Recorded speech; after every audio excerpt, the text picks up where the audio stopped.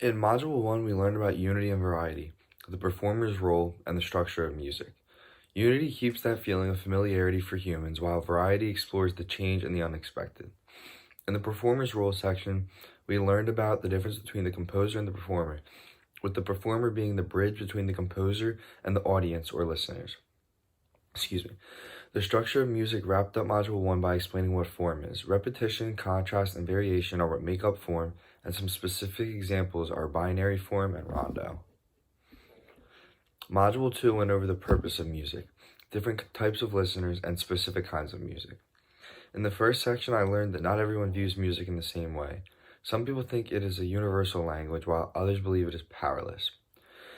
I learned there are four main types of listeners. There are casual listeners who listen to music as background noise, referential listeners who are reminded so much of things as a song plays, the song is almost no longer heard, critical listeners who critique everything wrong with music, and perceptive listeners who are a combination of all three previous listeners. The three specific kinds of music I learned about were folk music, popular music, and art music.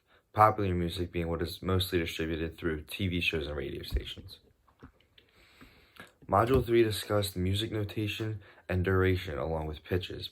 A manuscript is used to display the notation of a piece, while a score is the written version of all the instrumental and vocal parts of a particular piece. Pitch of a sound is a person's perception of how high or low that sound is.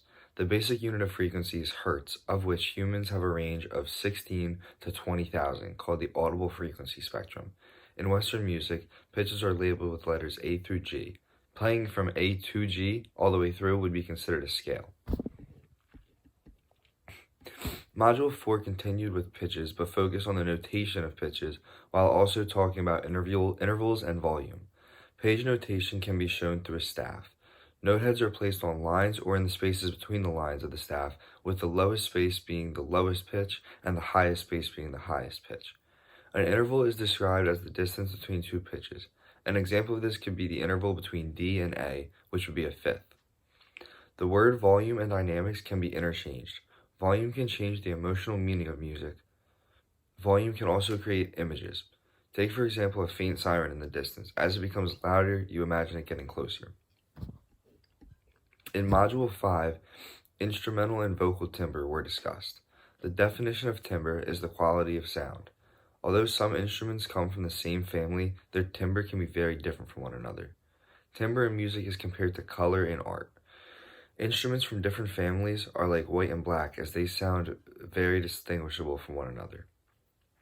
Vocal timbre has four parts, 2 for the male and 2 for the female.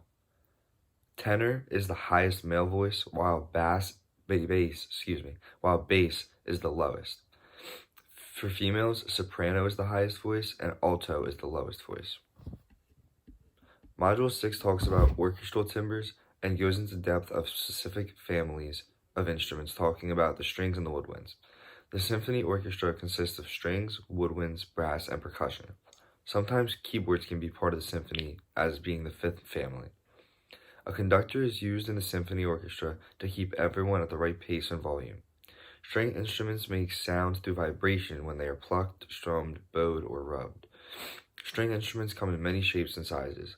Some examples are the harp, the violin, and the electric guitar. Woodwinds are classified as aerophones since the sound they make is coming from vibrating air. The sound of woodwind instruments changes when the performer opens and closes holes in the instrument. In the symphony orchestra, the woodwind section includes the flute, the oboe, the clarinet, and the bassoon. Module 7 talks about 2 more families of instruments, brass and percussion. Similar to woodwinds, brass instruments are considered aerophones. The highest pitch for brass instruments is the trumpet, and the lowest pitch would be the tuba. The trumpet is also one of the oldest instruments, first used in Egypt for military purposes. The French horn has been used to signal hunters and dogs while hunting. Trombones were constructed in the 16th and 17th centuries, and the modern tuba was invented in 1835. Module 8 goes in depth with the keyboard family, discussing the harpsichord, piano, and organ. Although keyboards can be a part of the orchestra, they are normally solo instruments in recitals.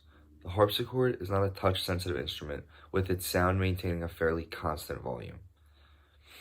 Harpsichords are thought to have originated around the year 1397. One of the most known instruments is the piano. In a grand piano, the strings have almost 40,000 pounds of tension. Pianos also have pedals which can greatly impact the sound of the instrument. An organ uses wind flowing through pipes to create its sound. There are two different types of pipes in an organ. The majority of the pipes are flue pipes, which produce sound strictly from the vibration of the air column, while the lesser pipes are the reed pipes, but they provide great variety. With technology increasing, there have been electronic and digital organs created, which have been used as centerpieces in homes instead of pianos.